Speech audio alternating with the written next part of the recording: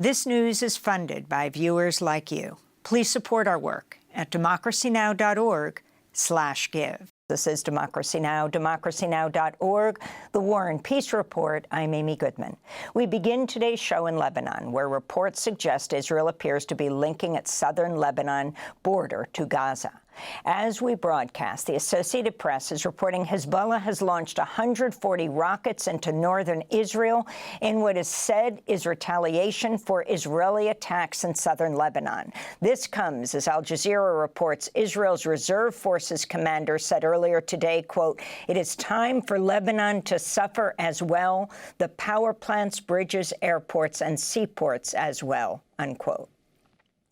Al Jazeera has also reported on videos from Israeli government media sources that show Israel's minefields on Lebanon's border are being cleared to, quote, "make way for what most likely will be a movement of ground forces into southern Lebanon." Israeli Defense Minister Yoav Gallant said Thursday Israel will keep up military action against Hezbollah in Lebanon. Our goal is to ensure the safe return of Israel's northern communities to their homes. As time goes by, Hezbollah will pay an increasing price.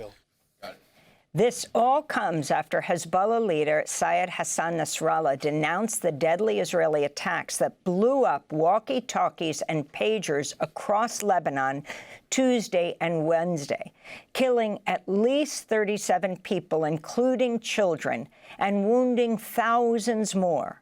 As Nasrallah delivered a televised address Thursday, sonic booms from Israeli warplanes shook Beirut. We say to the enemy's government, army, and society that the Lebanese front will not stop before the aggression on Gaza stops. We have been saying this for 11 months now. It might sound repetitive now, but these words come after these two big blows, after all these martyrs, all these wounds, all this pain. I say clearly, whatever the sacrifices, whatever the consequences, whatever the possibilities, whatever the horizon to which the region heads, the resistance in Lebanon will not stop supporting the people of Gaza and the West Bank who are oppressed in that holy land. Meanwhile, the World Health Organization says the explosions in booby-trapped pagers and radios in Lebanon seriously disrupted Lebanon's health sector. The WHO's representative in Lebanon said 100 hospitals were involved in responding to the crisis. What happened for the last 2 days actually was an unprecedented incident, the explosion of different gadgets. And it's being used, not the normal explosion materials, it's being used different. So it's very difficult actually to know exactly the short-term and the long-term impact of this substance that's being used for the explosions. But I think the expert, and as well as in collaboration also with WHO, now we are trying to study more exactly what happened, how it happened, what kind of material is being used, and how it's affecting the people that have already been wounded, which is over 3,000 people, and also 37 people have died so far. For more, we go to Beirut, Lebanon, where we're joined by Rania Abouzeid, Lebanese-Australian journalist and author who is based there. Welcome to Democracy Now! First off, as you join us from Beirut, where there has been this wave of attacks, people are concerned about a second wave of explosions involving electronic devices. At this point, the figures are something like 3,500 people injured, 37, including children, are dead. Talk about the response on the ground, Rania. Well, there is certainly a sense of heightened anxiety as people wonder what other devices in their vicinity may explode. They wonder if anything that they're holding in their hands or that might be in their homes could be weaponized, turned into an improvised explosive device to maim and kill either them or the people around them. There is also anger about the attacks, the fact that people, they didn't target combatants in a battlefield, but rather people going about their everyday lives. These devices exploded in supermarkets. They exploded as people were driving their cars. They exploded in people's homes. The hospitals, as you mentioned in that report, were overwhelmed. More than 100 hospitals rallied to try and help the thousands of wounded as well some of the dead that were coming into the hospital. So there's also been an escalation on the southern Lebanese front with northern Israel. Overnight, there were more than 50 Israeli attacks on southern Lebanese villages. And as you mentioned in your report, more than 100 Hezbollah rockets have been fired across the border today. Can you talk about what Nasrallah said yesterday? Well, it was a very wide-ranging speech. Part of it was he looked at these attacks and he said, let's consider what Israel's aims were in this attack. And he pointed out three things. He said the first was to try and separate the Lebanese front from Gaza, and he said that won't happen until the war in Gaza ends. The second was to splinter and to pressure Hezbollah's support base to say enough. We have had enough of this. That aim also has failed. On the contrary, we have seen people who are wounded in hospitals saying that this is a sacrifice that they are prepared to make. The third thing was to disrupt Hezbollah's communications infrastructure, and Sayyid Hassan Nasrallah said that that didn't happen.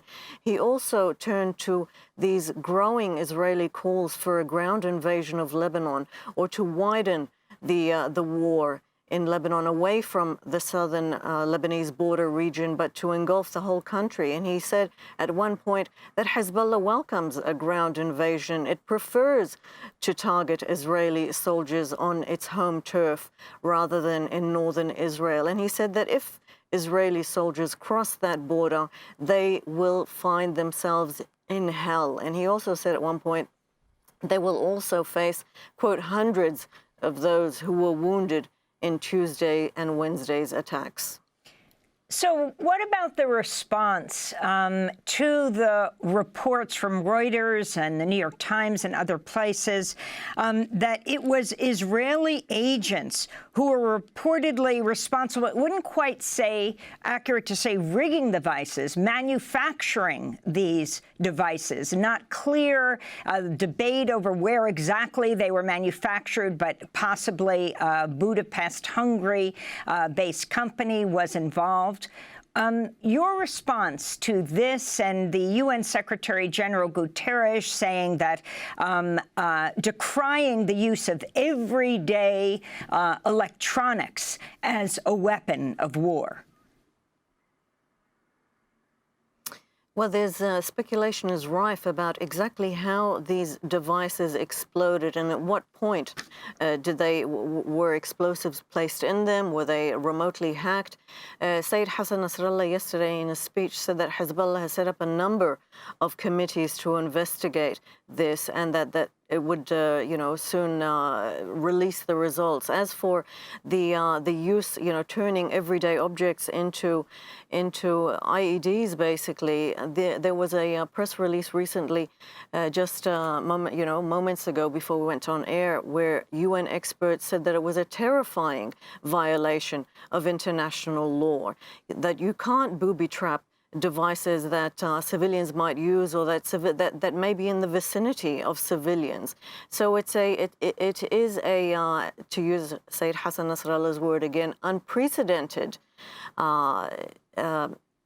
tactic, and one that is very grave, because it attacked so many different people. It wasn't a mass attack on people in the same location, but it was in at least 3 places across Lebanon: in South Lebanon, in the Bekaa Valley, and in Beirut. As Guterres decries the weaponization of civilian objects, can you talk about, on the ground, in the hospitals, the kind of injuries that these hospitals that are overwhelmed are dealing with? Word is that somewhere over 3,500 people were injured.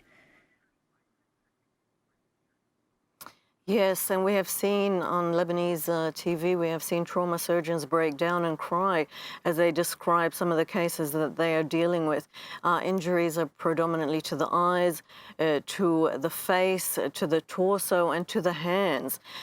We have heard surgeons say that in the same operation, there are sometimes 3 or 4 specialists who are trying to save some of these wounded people. Each one is focused on a particular body part, so they are really quite devastating injuries. Some of them, there was a trauma surgeon this morning who was talking about how some of these wounded people might need multiple surgeries over a very extended period of time. I wanted to turn to Pentagon spokesperson Sabrina Singh speaking Thursday. Yesterday, Secretary Austin spoke by phone with his Israeli counterpart, Minister of Defense Gallant, to review regional security developments and reiterate unwavering U.S. support for Israel in the face of threats from Iran, Lebanese Hezbollah, and Iran's other regional partners. The Secretary emphasized the U.S. commitment to deterring regional adversaries, de-escalating tensions across the region, and reaffirmed the priority of reaching a ceasefire deal that will bring home hostages held by Hamas, and an enduring diplomatic resolution to the conflict on the Israel-Lebanon border that will allow civilians on both sides to return home. Can you talk about the U.S. response so far to these explosions in Lebanon? Antony Blinken, the Secretary of State, was in Paris. He cautioned against any further escalations that would make a Gaza ceasefire deal even more challenging, though it looks like that has fallen apart, Rania. Well, I can't speak to what the U.S. is to the U.S.'s point of view, but I can certainly tell you that over here, people very intimately link this Israeli offensive with the U.S. People point out the double standards in terms of international law. They also point out how, Blinken and other U.S. officials talk about de-escalating the conflict while continuing to arm Israel, not only in Gaza, but also, of course, with regard to its offensive here in Lebanon. So it's, the mask has fallen on the doublespeak that is coming out of Washington. Can you talk about the formation of Hezbollah, what its political aspirations are, and its relationship to the Lebanese government? Well, it is part of the Lebanese government. Hezbollah has more than a dozen parliamentarians. It also has cabinet ministers, and it has had people in government for many, many years. It has a political wing, it has a military wing, and it also runs a lot of charities and schools and hospitals. It formed in 1982 as a resistance group in response to Israel's invasion and occupation of southern Lebanon. And it maintains its arms because part of Lebanon remains Israeli occupied and has been for decades. And what you see happening now with the Israeli government, the defense minister Yoav Gallant saying the war is widening, the reports of troops being used, Israeli troops being moved to the north from Gaza? Well, that's a big question. That's the question that is on the minds of many Lebanese. What happens next? Will there be a ground invasion? Will there be airstrikes? We heard the Israeli official point out targets. He mentioned the airport. He mentioned the port, Beirut's port. These are all civilian infrastructure. And let's not forget that in 2006 war with Israel, the airport was hit on day one. Beirut airport was hit on day one, rendering it unusable. So the idea that Israel would broaden its war not just to target Hezbollah but to target Lebanese civilian infrastructure is a grave concern over here. I wanted to turn to your New Yorker piece. You said, earlier this summer, I met with a Hezbollah military strategist in a small village in southern Lebanon, a few kilometers from the Israeli border. At one point during our off-the-record conversation, his pager beeped. He decrypted the message using a neatly folded piece of laminated paper. I hadn't seen a sheet like that since the 2006 war with Israel, when another Hezbollah militant in another southern Lebanese village pulled out one out of his pocket to relay a coded message over a walkie-talkie. The group has long used various low-tech methods, including pagers, as part of its strategy to avoid Israeli tracking and surveillance of cell phones. It also has its own landline network. Take it from there, Rania. Well, I mean, I'll just go back to the 2006 incident. Not only did I saw two fighters in a southern Lebanese village, and they were using the walkie-talkies and this laminated piece of paper, but they told me about how they use coded messages. One man said, if I tell my friend to meet me under the tree where he met his fiancée, I understand it, he understands it, but even if a message like that is intercepted by the Israelis, they will not understand it. This is the advantage that Hezbollah has on its home turf. These are local men fighting in their villages. They are fighting in their towns. They are fighting to, in territory that they are very intimately familiar with. And they're very disciplined, very highly trained, very motivated fighting force. And can you talk about the sonic booms that you're hearing and how that affects the Lebanese population? Well, they're terrifying, first of all. It's just, you don't know if it's a sonic boom, and you wait to hear if there's an explosion that follows the noise. Now, this is also, let's not forget that Beirut has long been terrorized by Israeli overflights, by, Israeli warplanes. All of these things, incidentally, are violations of sovereignty and acts of war. Every year, the United Nations tallies up these violations and presents a report about them. They're usually in the hundreds, sometimes in the thousands, these cross-border violations.